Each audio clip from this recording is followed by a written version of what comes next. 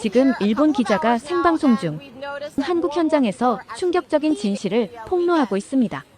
미호라는 이 기자는 오랫동안 한국을 침체되고 몰락한 나라로만 믿어왔지만 이번 현장에서 목격한 충격적인 진실을 생방송 도중 폭로해 일본 사회에 큰 파장을 일으키고 있습니다. 이들이 함께한 현장에서는 생방송 도중 카즈키와 수진과 함께 전해지는 이 생생한 취재 내용은 이미 SNS와 각종 미디어를 통해 파문을 일으키고 있는데요. 일본 네티즌들은 미호의 충격적인 폭로에 분노와 놀라움을 감추지 못하고 있습니다. 대체 미호는 한국에 대해 어떤 진실을 밝혀낼까요?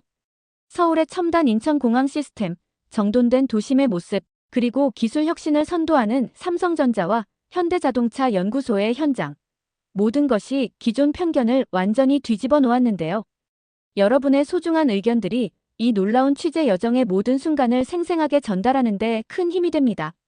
그럼 지금 바로 미호와 함께하는 충격적인 한국 취재 사연 시작하겠습니다. 안녕하세요, 여러분. 오늘은 특별한 이야기를 들려드릴게요. 제 이름은 미호예요. 일본 도쿄에서 뉴스 리포터로 일하고 있었죠. 매일 아침이면 작지만 깔끔한 제 아파트에서 일어나 녹차 한 잔 끓이고 방송국에서의 바쁜 하루를 준비하고 있었어요. 제가 이 일을 정말 좋아했던 이유는 돈과 비즈니스에 관한 중요한 이야기들을 전할 수 있었기 때문이에요. 일본 전역의 사람들이 제 보도를 보면서 제가 하는 말을 믿고 있었죠. 제가 일하던 뉴스룸은 항상 시끌벅적하고 바쁜 곳이었어요. 컴퓨터 화면들은 전 세계의 숫자와 뉴스로 반짝이고 있었고, 사람들은 커피잔을 들고 여기저기 뛰어다니며 전화통화하고 키보드를 빠르게 두드리고 있었죠. 저는 다나카 미호, 경제 리포터라는 이름표가 있는 작은 책상이 있었어요. 모든 것을 완벽하게 정리해 두었죠. 펜들은 줄 지어 놓고 노트는 준비되어 있고 일정은 분 단위로 계획해 두고 있었어요. 그게 바로 제 마음이 작동하는 방식이었어요. 마이너스 모든 게 이치에 맞아야 했죠. 지난 3년 동안 저는 한국 경제에 관한 보도로 유명해졌어요. 한국이 예전에는 강했지만 지금은 많은 문제에 직면해 있다는 이야기를 자주 했죠. 숫자가 내려가는 차트들을 보여주고 저와 의견이 같은 전문가들을 인터뷰했어요. 시청자들은 제 보도에 고개를 끄덕이며 한국이 일본에 뒤처지고 있다고 믿고 있었죠. 사실 저는 한국에 직접 가본 적은 한 번도 없었지만 많은 보고서와 통계 자료를 읽었기 때문에 제가 말하는 것에 확신을 갖고 있었어요. 오늘도 평소와 같은 하루가 시작되고 있었어요. 일찍 사무실에 도착해서 이메일을 확인하고 한국 자동차 회사들이 돈을 잃고 있다는 오후 보도를 준비하기 시작했죠. 사무실에는 커피와 프린터 잉크 냄새가 나고 있었고 타자 치는 소리가 공기를 가득 채우고 있었어요. 그때 제 상사 카즈키가 책상 옆에 나타났어요. 그는 단정한 검은 머리에 항상 완벽한 정장을 입고 있었죠.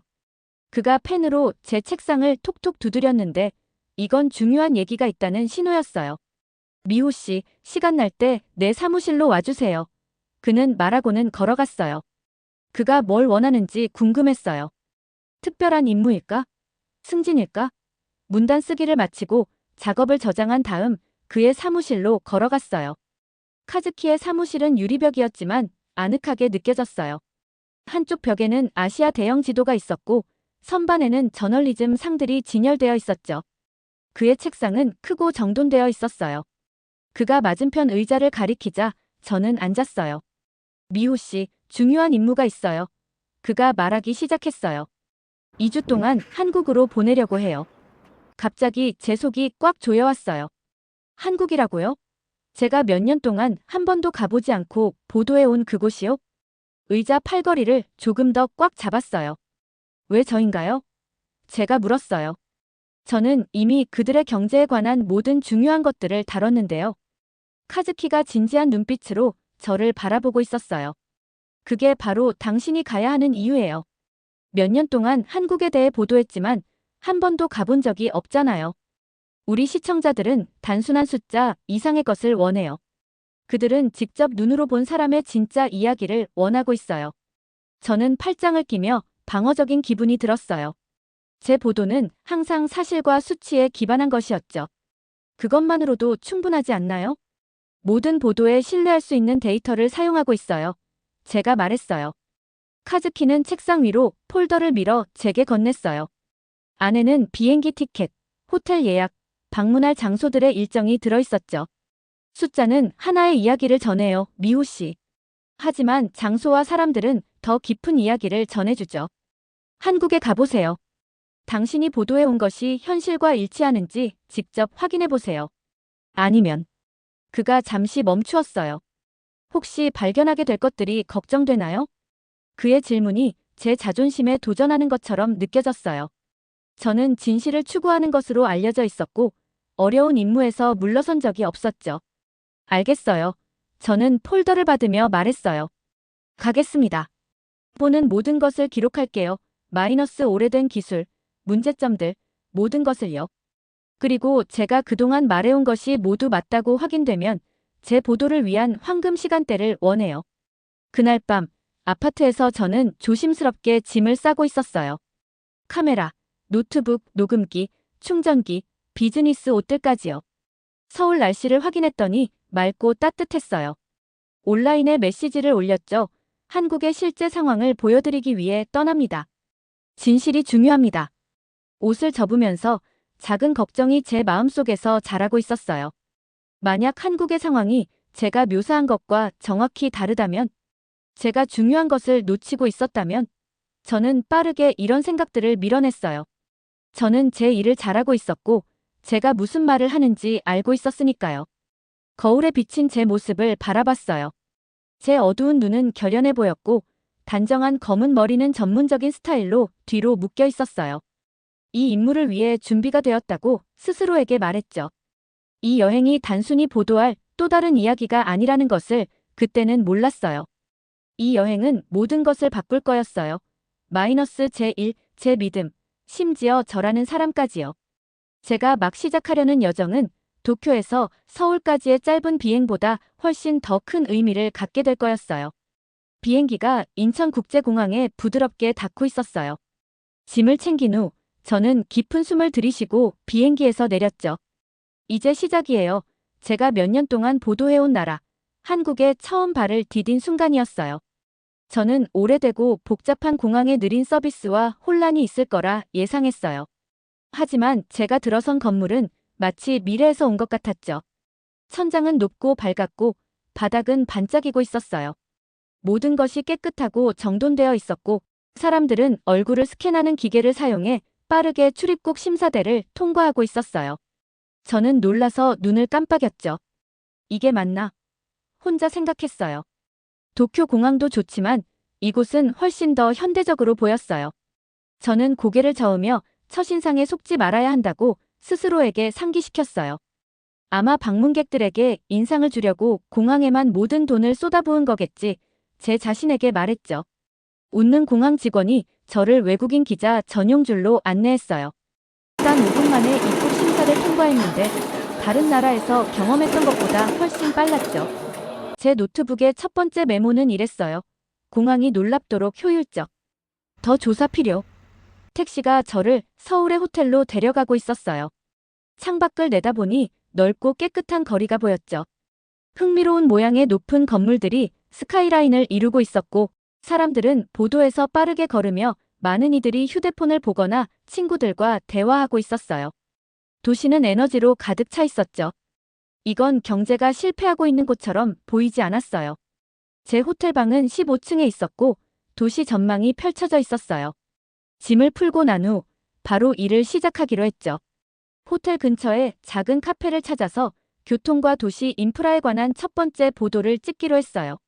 카페는 나무 테이블이 있고 진한 커피 향이 나는 아늑한 곳이었어요. 젊은이들은 노트북을 두드리고 있었고 다른 이들은 조용히 대화를 나누고 있었죠. 비행기에서 연습한 몇 마디 한국어를 사용해 커피를 주문했어요. 바리스타는 미소를 지으며 간단한 영어로 대답해 주었고 그 과정이 쉬웠죠. 창가에 앉아 작은 카메라를 설치하고 지금까지 본 것들에 대해 메모를 시작했어요. 커피는 훌륭했어요. 또 다른 놀라움이었죠. 두 번째 커피를 사기 위해 지갑을 찾았는데 가방에 없었어요. 심장이 목구멍으로 뛰어올랐죠. 제 지갑에는 신용카드, 현금, 신분증이 들어있었어요. 그것 없이는 외국에서 발이 묶이는 상황이었죠. 테이블 아래 코트 주머니, 가방을 3번이나 확인했어요. 지갑은 없었죠. 차가운 느낌이 가슴에 퍼지고 있었어요. 어떻게 해야 할까요? 누군가 가져갔나 싶어 카페 주변을 둘러봤어요. 카운터 뒤에 있던 젊은 여성이 제 걱정스러운 얼굴을 알아챘어요. 그녀가 다가와 무슨 일이 있는지 물었죠. 제 제한된 한국어와 그녀의 기본적인 영어로 지갑을 잃어버렸다고 설명했어요. 그녀는 제 문제를 무시하지 않고 즉시 다른 직원들에게 알렸어요. 3명의 직원이 카페를 찾기 시작했죠. 몇 분 안에 안경을 쓴 젊은 남자가 제 지갑을 들고 있었어요. 지갑은 제가 처음 앉았던 소파 쿠션 사이로 떨어져 있었던 거죠. 그는 고개를 숙이며 저에게 가져다 주었어요. 떨리는 손으로 안을 확인했더니 마이너스 모든 것이 그대로 있었고 카드나 지폐 하나 빠진 게 없었어요. 감사합니다. 저도 깊이 고개를 숙이며 말했어요. 저는 예상하지 못했어요. 젊은 남자는 미소 지었어요. 괜찮아요. 누구에게나 일어날 수 있는 일이에요. 그날 저녁 호텔방에서 메모를 검토하며 혼란스러웠어요. 제가 보고 있는 한국은 제가 보도에서 묘사했던 한국과 일치하지 않았어요.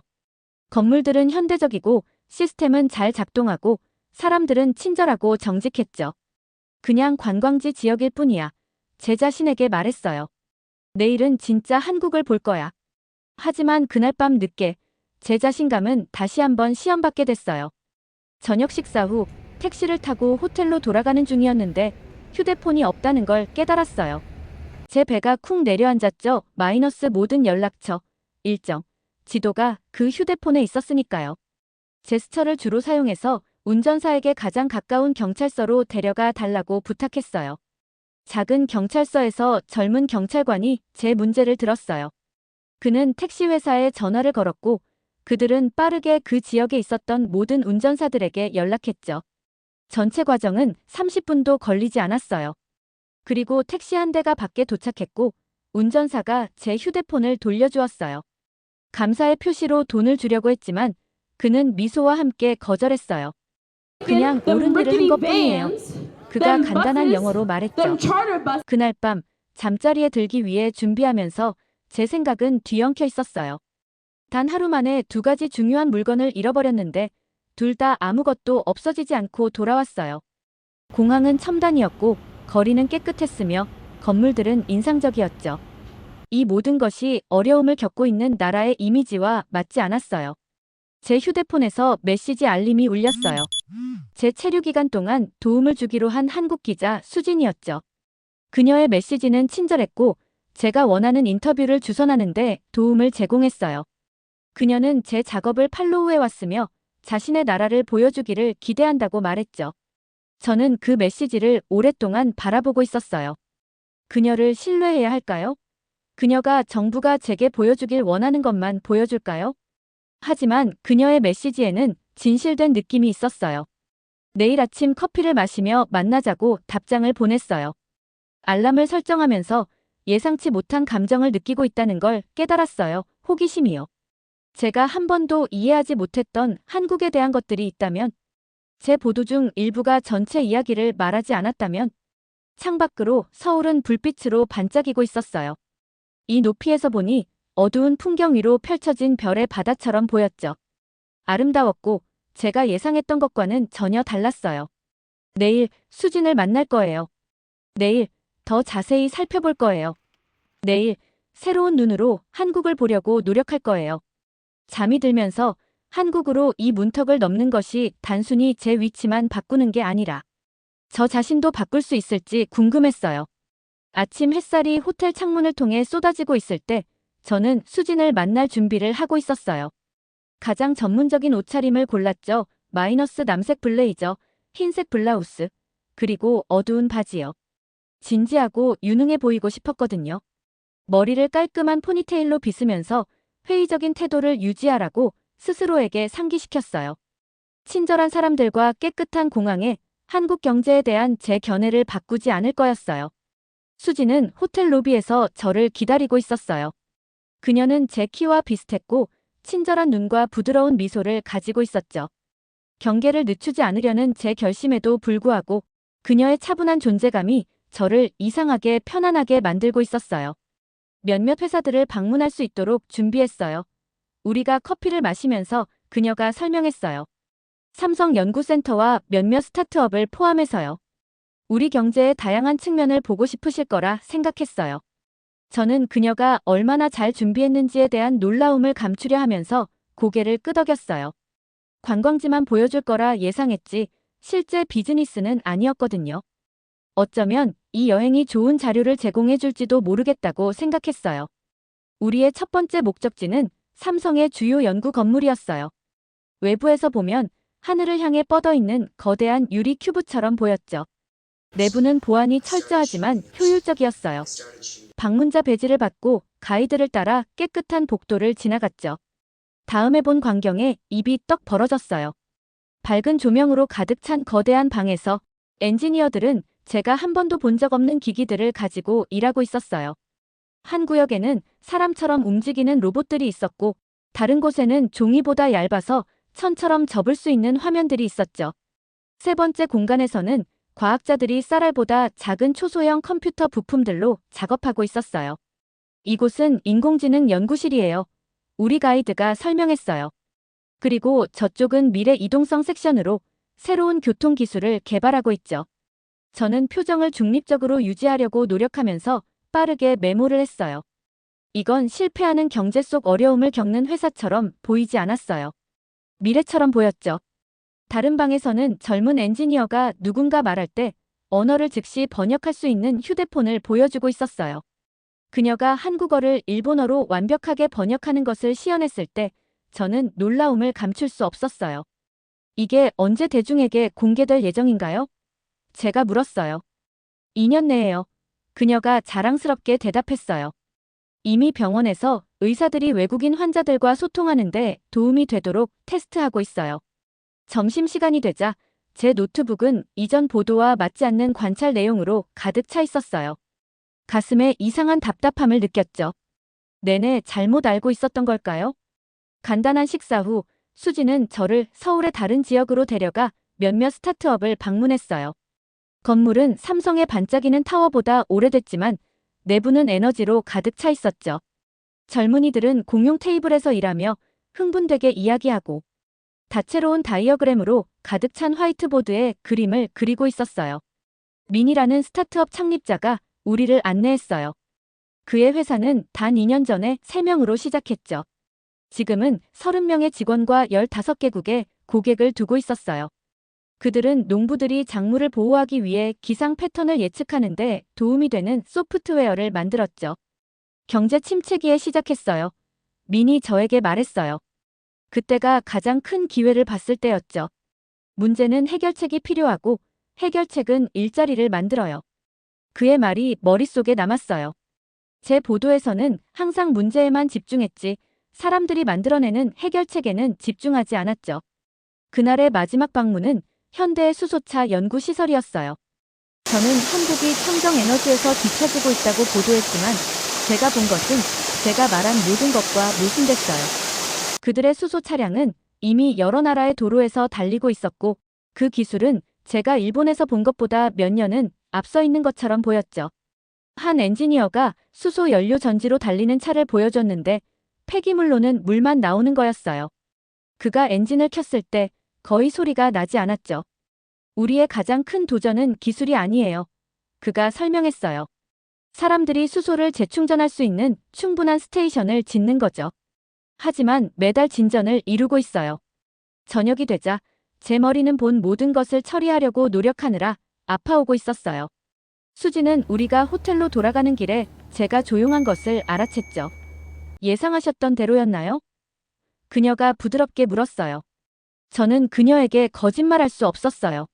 아니요. 아무것도 제가 예상한 대로가 아니었어요. 호텔 방에서 저는 침대 위에 메모를 펼쳐놓았어요. 삼성의 고급 연구, 번창하는 스타트업들, 현대의 수소 기술. 이 모든 것이 제가 보도에서 그렸던 한국의 모습과 맞지 않았죠. 이런 것들에 대해 잘못 알고 있었다면 저는 또 무엇을 오해했을까요? 이전 보도의 사실을 확인하기 위해 노트북을 켰어요. 지금 읽어보니 부정적인 통계만 선택하고 긍정적인 발전은 무시했던 것이 보였어요. 제 견해를 공유하는 전문가들만 인용하고 다른 관점을 가진 사람들은 무시했죠. 제 이야기가 거짓말은 아니었지만 완전한 진실도 아니었어요. 이 깨달음은 마치 물리적인 고통처럼 저를 강타했어요. 기자로서 제 일은 현실을 보도하는 것이지 기존 믿음에 맞는 부분만 보도하는 게 아니었죠. 몇 년 동안 저는 시청자들에게 불완전한 그림만 보여줬어요. 그들은 제가 진실을 말해줄 거라고 믿었는데 저는 실패했어요. 도쿄에 있는 카즈키에게 전화했어요. 익숙한 목소리가 필요했죠. 삼성시설은 인상적이었어요. 제가 인정했어요. 그리고 이 스타트업들은 놀라운 혁신을 만들어내고 있어요. 놀란 것 같군요. 카즈키가 말했어요. 맞아요. 아무것도 제가 예상한 것과 일치하지 않아요. 제가 실제로 보고 있는 것을 보도한다면 몇 년 동안 말해온 모든 것과 모순될 거예요. 그의 대답은 간단했어요. 보는 것을 보도하세요, 미호 씨. 그게 당신의 일이에요. 통화를 끝내고 저는 침대 가장자리에 앉아 길을 잃은 느낌이 들었어요. 제가 직면하고 있는 시련은 외부적인 것이 아니라 내부에 있었어요. 제 직업적 정체성 전체가 다른 경제에 대한 힘든 진실을 말하는 강인하고 타협하지 않는 기자라는 것에 기반하고 있었죠. 이제 저는 더 힘든 진실에 직면해야 했어요. 제가 틀렸다는 것을요. 며칠 전 진짜 한국을 폭로할 거라고 자신 있게 올렸던 소셜미디어 앱을 열었어요. 제 팔로워들은 제가 항상 그들에게 말했던 것을 확인해 주길 기대하고 있었죠. 지금 제 이야기를 바꾸면 그들이 어떻게 생각할까요? 서울의 밤이 내리면서 도시 불빛이 창 너머로 반짝이고 있었어요. 내일은 KBS 방송국을 방문해 한국 기자들이 자국 경제를 어떻게 다루는지 볼 예정이었죠. 또 어떤 놀라움이 기다리고 있을지 궁금했어요. 제 경력에서 처음으로 낯선 감정을 느꼈어요. 불확실성이었죠. 하지만 그 불확실성과 함께 다른 감정도 있었어요. 마이너스 단순히 제가 진짜라고 믿었던 것이 아니라 진짜인 것에 대한 커져가는 호기심이었죠. 노트북을 닫으며 한 가지를 스스로에게 약속했어요. 지금부터 제가 예상했던 것이 아니라 실제로 보는 것을 보도하겠다고요. 제 자존심에 어떤 대가가 들더라도 시청자들은 진실을 받을 자격이 있었으니까요. KBS 방송국 건물이 아침 햇살 속에 높이 서 있었어요. 저도 기자이기 때문에 다른 나라의 방송국을 방문하는 것에 대한 호기심과 긴장감이 섞여 있었죠. 그들의 기자들이 방어적일까요? 좋은 것만 보여줄까요? 수진이 저를 정문으로 안내할 때 노트북을 더 꽉 쥐었어요. 안으로 들어가니 로비는 활기로 가득 차 있었어요. 사람들은 장비를 들고 빠르게 걸으며 전화 통화를 하고 있었죠. 도쿄에 있는 제 직장과 아주 비슷해 보였어요. 이 작은 유사점이 저를 조금 더 편안하게 만들고 있었어요. 몇몇 회사들을 방문할 수 있도록 준비했어요. 우리가 커피를 마시면서 그녀가 설명했어요. 삼성 연구센터와 몇몇 스타트업을 포함해서요. 우리 경제의 다양한 측면을 보고 싶으실 거라 생각했어요. 저는 그녀가 얼마나 잘 준비했는지에 대한 놀라움을 감추려 하면서 고개를 끄덕였어요. 관광지만 보여줄 거라 예상했지 실제 비즈니스는 아니었거든요. 어쩌면 이 여행이 좋은 자료를 제공해 줄지도 모르겠다고 생각했어요. 우리의 첫 번째 목적지는 삼성의 주요 연구 건물이었어요. 외부에서 보면 하늘을 향해 뻗어있는 거대한 유리 큐브처럼 보였죠. 내부는 보안이 철저하지만 효율적이었어요. 방문자 배지를 받고 가이드를 따라 깨끗한 복도를 지나갔죠. 다음에 본 광경에 입이 떡 벌어졌어요. 밝은 조명으로 가득 찬 거대한 방에서 엔지니어들은 제가 한 번도 본 적 없는 기기들을 가지고 일하고 있었어요. 한 구역에는 사람처럼 움직이는 로봇들이 있었고 다른 곳에는 종이보다 얇아서 천처럼 접을 수 있는 화면들이 있었죠. 세 번째 공간에서는 과학자들이 쌀알보다 작은 초소형 컴퓨터 부품들로 작업하고 있었어요. 이곳은 인공지능 연구실이에요. 우리 가이드가 설명했어요. 그리고 저쪽은 미래 이동성 섹션으로 새로운 교통 기술을 개발하고 있죠. 저는 표정을 중립적으로 유지하려고 노력하면서 빠르게 메모를 했어요. 이건 실패하는 경제 속 어려움을 겪는 회사처럼 보이지 않았어요. 미래처럼 보였죠. 다른 방에서는 젊은 엔지니어가 누군가 말할 때 언어를 즉시 번역할 수 있는 휴대폰을 보여주고 있었어요. 그녀가 한국어를 일본어로 완벽하게 번역하는 것을 시연했을 때 저는 놀라움을 감출 수 없었어요. 이게 언제 대중에게 공개될 예정인가요? 제가 물었어요. 2년 내에요. 그녀가 자랑스럽게 대답했어요. 이미 병원에서 의사들이 외국인 환자들과 소통하는데 도움이 되도록 테스트하고 있어요. 점심시간이 되자 제 노트북은 이전 보도와 맞지 않는 관찰 내용으로 가득 차 있었어요. 가슴에 이상한 답답함을 느꼈죠. 내내 잘못 알고 있었던 걸까요? 간단한 식사 후 수지는 저를 서울의 다른 지역으로 데려가 몇몇 스타트업을 방문했어요. 건물은 삼성의 반짝이는 타워보다 오래됐지만 내부는 에너지로 가득 차 있었죠. 젊은이들은 공용 테이블에서 일하며 흥분되게 이야기하고 다채로운 다이어그램으로 가득 찬 화이트보드에 그림을 그리고 있었어요. 민이라는 스타트업 창립자가 우리를 안내했어요. 그의 회사는 단 2년 전에 3명으로 시작했죠. 지금은 30명의 직원과 15개국에 고객을 두고 있었어요. 그들은 농부들이 작물을 보호하기 위해 기상 패턴을 예측하는데 도움이 되는 소프트웨어를 만들었죠. 경제 침체기에 시작했어요. 민이 저에게 말했어요. 그때가 가장 큰 기회를 봤을 때였죠. 문제는 해결책이 필요하고 해결책은 일자리를 만들어요. 그의 말이 머릿속에 남았어요. 제 보도에서는 항상 문제에만 집중했지 사람들이 만들어내는 해결책에는 집중하지 않았죠. 그날의 마지막 방문은 현대 수소차 연구시설이었어요. 저는 한국이 청정에너지에서 뒤처지고 있다고 보도했지만 제가 본 것은 제가 말한 모든 것과 모순됐어요. 그들의 수소 차량은 이미 여러 나라의 도로에서 달리고 있었고 그 기술은 제가 일본에서 본 것보다 몇 년은 앞서 있는 것처럼 보였죠. 한 엔지니어가 수소 연료 전지로 달리는 차를 보여줬는데 폐기물로는 물만 나오는 거였어요. 그가 엔진을 켰을 때 거의 소리가 나지 않았죠. 우리의 가장 큰 도전은 기술이 아니에요. 그가 설명했어요. 사람들이 수소를 재충전할 수 있는 충분한 스테이션을 짓는 거죠. 하지만 매달 진전을 이루고 있어요. 저녁이 되자 제 머리는 본 모든 것을 처리하려고 노력하느라 아파오고 있었어요.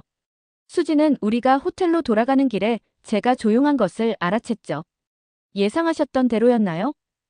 그녀가 부드럽게 물었어요. 저는 그녀에게 거짓말할 수 없었어요. 아니요. 아무것도 제가 예상한 대로가 아니었어요.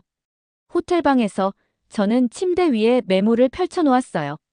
삼성의 고급 연구, 번창하는 스타트업들, 현대의 수소기술 이 모든 것이 제가 보도에서 그렸던 한국의 모습과 맞지 않았죠. 이런 것들에 대해 잘못 알고 있었다면 저는 또 무엇을 오해했을까요? 이전 보도의 사실을 확인하기 위해 노트북을 켰어요. 지금 읽어보니 부정적인 통계만 선택하고 긍정적인 발전은 무시했던 것이 보였어요. 제 견해를 공유하는 전문가들만 인용하고 다른 관점을 가진 사람들은 무시했죠. 제 이야기가 거짓말은 아니었지만 완전한 진실도 아니었어요. 이 깨달음은 마치 물리적인 고통처럼 저를 강타했어요. 기자로서 제 일은 현실을 보도하는 것이지 기존 믿음에 맞는 부분만 보도하는 게 아니었죠. 몇 년 동안 저는 시청자들에게 불완전한 그림만 보여줬어요. 그들은 제가 진실을 말해줄 거라고 믿었는데 저는 실패했어요. 도쿄에 있는 카즈키에게 전화했어요. 익숙한 목소리가 필요했죠. 삼성시설은 인상적이었어요. 제가 인정했어요. 그리고 이 스타트업들은 놀라운 혁신을 만들어내고 있어요. 놀란 것 같군요. 카즈키가 말했어요. 맞아요. 아무것도 제가 예상한 것과 일치하지 않아요. 제가 실제로 보고 있는 것을 보도한다면 몇 년 동안 말해온 모든 것과 모순될 거예요. 그의 대답은 간단했어요. 보는 것을 보도하세요, 미호 씨. 그게 당신의 일이에요. 통화를 끝내고 저는 침대 가장자리에 앉아 길을 잃은 느낌이 들었어요. 제가 직면하고 있는 시련은 외부적인 것이 아니라 내부에 있었어요. 제 직업적 정체성 전체가 다른 경제에 대한 힘든 진실을 말하는 강인하고 타협하지 않는 기자라는 것에 기반하고 있었죠. 이제 저는 더 힘든 진실에 직면해야 했어요. 제가 틀렸다는 것을요. 며칠 전 진짜 한국을 폭로할 거라고 자신 있게 올렸던 소셜미디어 앱을 열었어요. 제 팔로워들은 제가 항상 그들에게 말했던 것을 확인해 주길 기대하고 있었죠. 지금 제 이야기를 바꾸면 그들이 어떻게 생각할까요? 서울의 밤이 내리면서 도시 불빛이 창 너머로 반짝이고 있었어요. 내일은 KBS 방송국을 방문해 한국 기자들이 자국 경제를 어떻게 다루는지 볼 예정이었죠. 또 어떤 놀라움이 기다리고 있을지 궁금했어요. 제 경력에서 처음으로 낯선 감정을 느꼈어요. 불확실성이었죠. 하지만 그 불확실성과 함께 다른 감정도 있었어요. 마이너스 단순히 제가 진짜라고 믿었던 것이 아니라 진짜인 것에 대한 커져가는 호기심이었죠. 노트북을 닫으며 한 가지를 스스로에게 약속했어요. 지금부터 제가 예상했던 것이 아니라 실제로 보는 것을 보도하겠다고요. 제 자존심에 어떤 대가가 들더라도 시청자들은 진실을 받을 자격이 있었으니까요. KBS 방송국 건물이 아침 햇살 속에 높이 서 있었어요. 저도 기자이기 때문에 다른 나라의 방송국을 방문하는 것에 대한 호기심과 긴장감이 섞여 있었죠. 그들의 기자들이 방어적일까요? 좋은 것만 보여줄까요? 수진이 저를 정문으로 안내할 때 노트북을 더 꽉 쥐었어요. 안으로 들어가니 로비는 활기로 가득 차 있었어요. 사람들은 장비를 들고 빠르게 걸으며 전화 통화를 하고 있었죠. 도쿄에 있는 제 직장과 아주 비슷해 보였어요. 이 작은 유사점이 저를 조금 더 편안하게 만들고 있었어요. 지호라는 시니어 프로듀서가 따뜻한 미소로 우리를 맞이했어요. 그는 둥근 안경 뒤로 친절한 눈을 가지고 있었고 일본어 단어가 섞인 조심스러운 영어를 구사하고 있었죠. 그는 건물을 돌며 우리에게 관제실, 편집실, 그리고 마지막으로 메인 뉴스룸을 보여주었어요. 뉴스룸은 책상 줄이 있고 전 세계 뉴스를 보여주는 거대한 화면이 있는 넓은 공간이었어요. 기자들은 컴퓨터에 타이핑하거나 전화통화를 하고 있었죠. 그 에너지는 익숙했어요. 마이너스 마감 시간을 맞추기 위한 서두름, 이야기를 제대로 전달하는 데 집중하는 모습이요. 지호는 우리를 유리벽이 있는 작은 회의실에 앉도록 초대했어요. 안에서 그는 제가 예상했던 것처럼 어려운 주제를 피하지 않았어요. 대신 그는 한국의 경제적 도전에 대해 솔직하게 이야기했죠. 네, 우리는 청년 실업 문제가 있어요. 그가 최근에 방송된 보도를 보여주며 설명했어요. 서울의 주택 비용은 많은 젊은이들에게 너무 높고 출산율도 매우 낮아서 미래에 대한 우려가 있죠. 저는 제 보도에서도 다뤘던 이러한 문제들을 인식하며 고개를 끄덕였어요. 하지만 그가 계속해서 제가 제 이야기에 한 번도 포함시키지 않았던 것을 보여주었죠.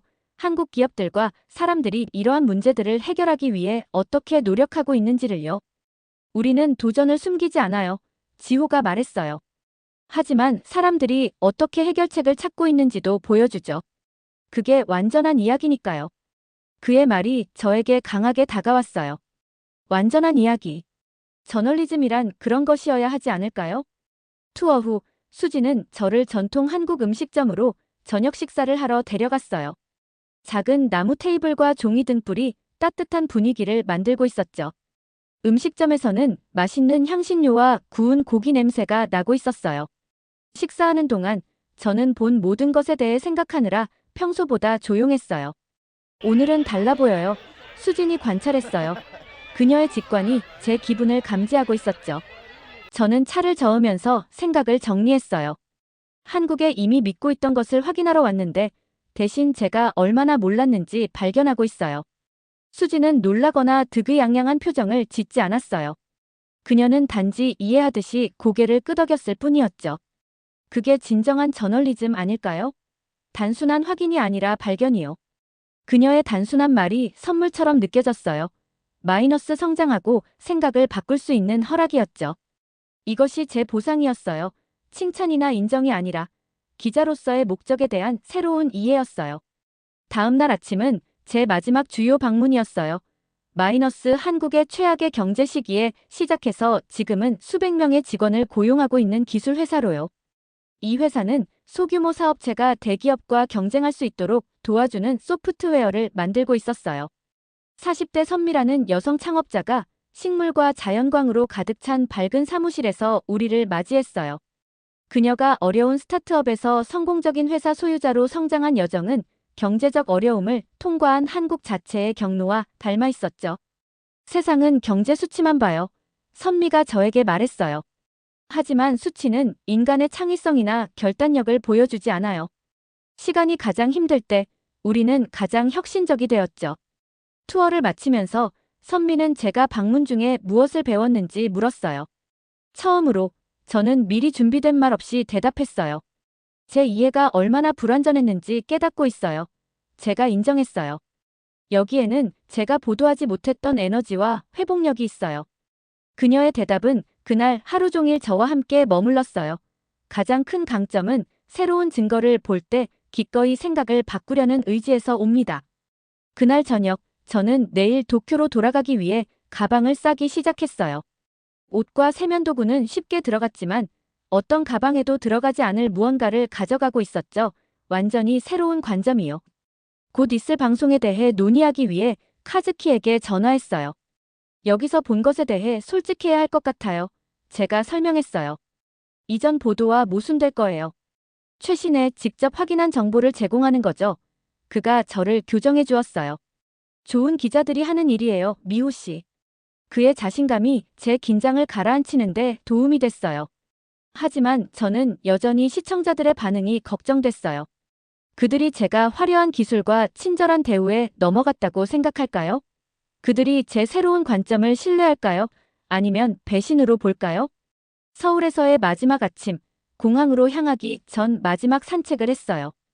인기 있는 전망대인 남산타워 근처에서 사진을 찍고 있는 한국인 노부부를 만났어요. 그들은 일본 텔레비전에서 저를 알아보고 손짓해 불렀죠. 제가 과거에 비판적인 보도를 했던 것에 대한 분노 대신 그들은 미소로 저를 맞이했어요. 그들은 작년에 도쿄를 방문했던 이야기를 하며 휴대폰으로 사진을 보여주었죠. 우리는 많은 말을 나누지 않았지만 그들의 친절함이 많은 것을 말해주고 있었어요. 헤어질 때 그 여성은 제 손에 작은 선물을 쥐어주었어요. 마이너스 전통적인 한국 행운의 부적이었죠. 저를 싫어할 모든 이유가 있는 낯선 사람들의 이 단순한 우정의 행동이 제 마음을 깊이 감동시켰어요. 이제 도쿄로 돌아가는 길이 제 앞에 펼쳐져 있었어요. 물리적인 여정은 쉬웠죠. 마이너스 그저 바다를 가로지르는 짧은 비행이었으니까요. 하지만 진짜 여정은 더 어려울 거였어요. 제 관점이 어떻게 바뀌었고 왜 바뀌었는지 시청자들에게 설명하는 일이요. 택시가 인천공항을 향해 가는 동안 저는 서울의 풍경을 마지막으로 한 번 더 바라봤어요. 현대적인 건물들, 효율적인 교통, 혁신적인 회사들은 인상적이었죠. 하지만 제게 가장 오래 남을 것은 사람들이었어요. 마이너스 제 잃어버린 물건들을 돌려줄 때의 정직함, 그들 나라의 도전에 대한 솔직함, 항상 공정하지만은 않았던 외국 기자에 대한 친절함이요. 제 여정의 가장 큰 보상은 한국 경제에 관한 이야기가 아니었어요. 그것은 직접적인 경험이 이해를 어떻게 변화시킬 수 있는지에 관한 이야기였죠. 마이너스 제 이해를요. 그리고 그것이 제가 지금까지 전한 가장 중요한 이야기일지도 모른다고 생각했어요. 공항에서 저는 수진에게 그녀의 안내에 감사하는 마지막 메시지를 보냈어요. 그녀의 답장은 간단했어요. 안전한 여행 되세요. 기억하세요. 좋은 저널리즘은 서로 다른 진실 사이에 다리를 놓는 거예요. 비행기가 이륙하면서 저를 한국에서 멀어지게 하는 동안 저는 새로운 관찰로 가득 찬 노트북을 꽉 쥐고 있었어요. 한국은 뒤에 두고 가지만 소중한 것을 가져가고 있었죠.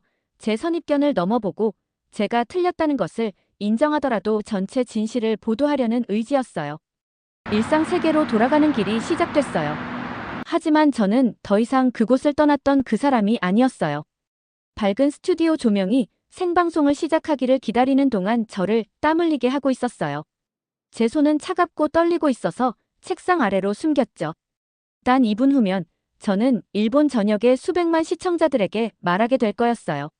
이들은 몇 년 동안 제 한국 보도를 지켜봤던 같은 사람들이었죠. 그들은 저를 믿고 있었고 제가 말하는 것을 신뢰하고 있었어요. 오늘 밤 저는 그들에게 이전에 말했던 것과는 매우 다른 이야기를 해야 했어요. 제 얼굴에 두꺼운 화장이 마치 가면처럼 느껴지고 있었어요. 제 일부는 그 뒤에 숨어서 사람들이 기대하는 대로 말하고 그들이 알고 있는 똑같은 자신감 있는 기자가 되고 싶었죠.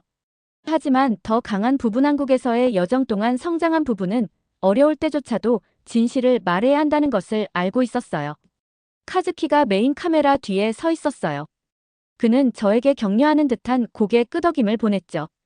빨간 불이 깜빡이며 우리가 지금 생방송 중임을 알려주고 있었어요. 안녕하세요. 저는 제가 느끼는 것보다 더 안정된 목소리로 시작했어요. 2주 전, 저는 한국 경제에 대해 보도하기 위해 한국으로 갔습니다.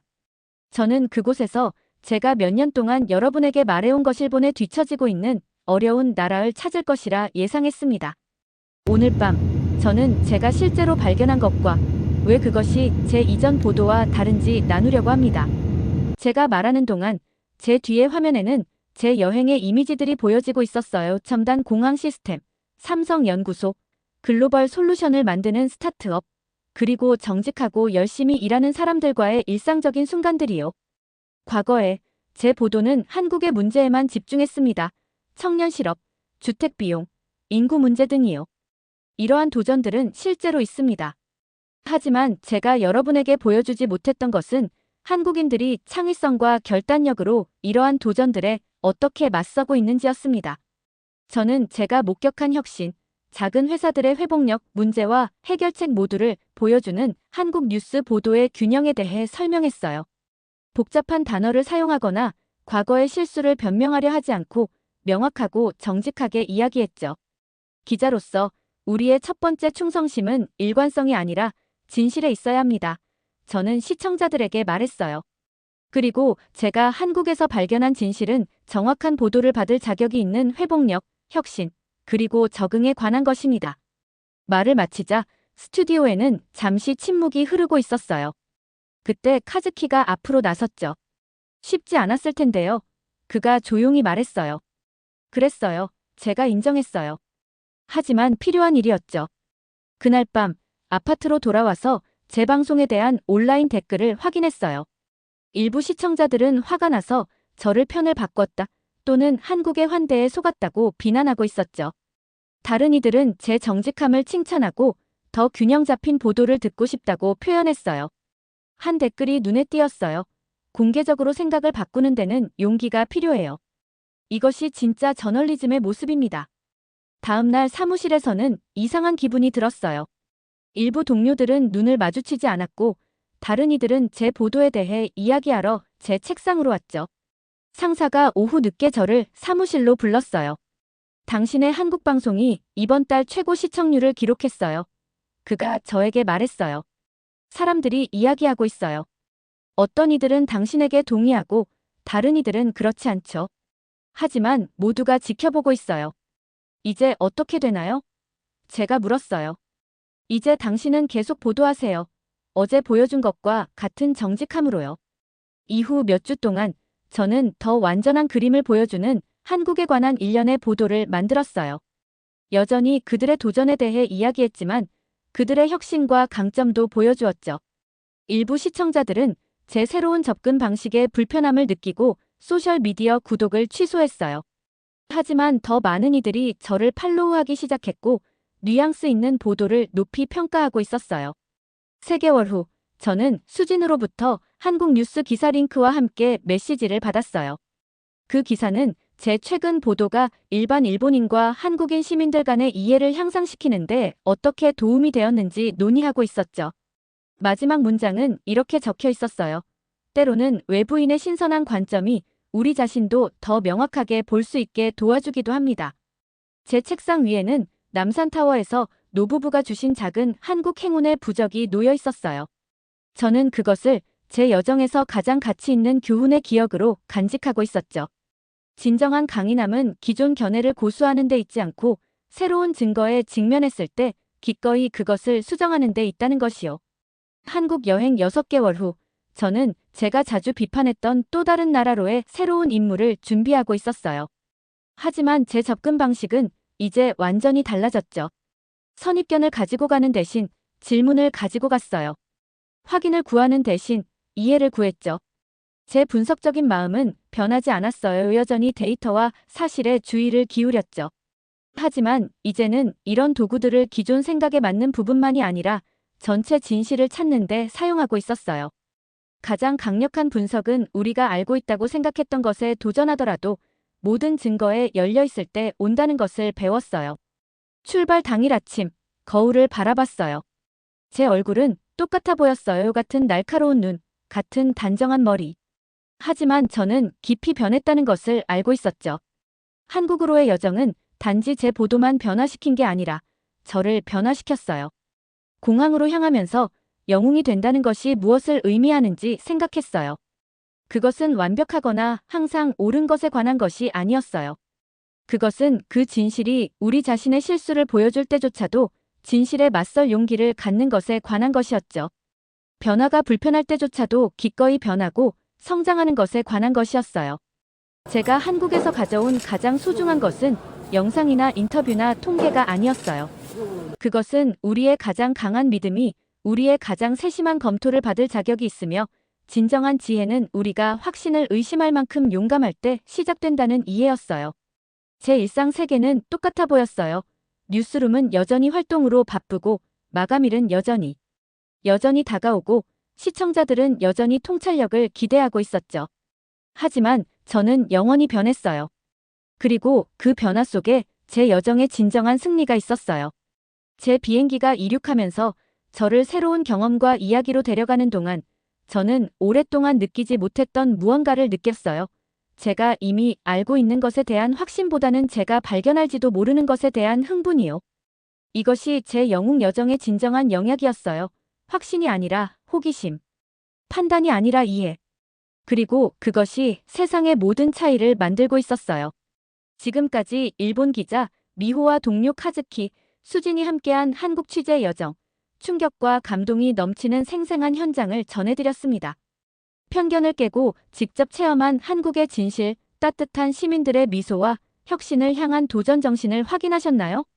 여러분의 소중한 좋아요와 구독이 앞으로도 더 많은 진실을 전하는데 큰 힘이 됩니다. 지금까지 함께해 주셔서 감사합니다. 다음 영상에서 또 다른 놀라운 이야기를 전해드리겠습니다. 진실은 직접 가봐야 알 수 있습니다.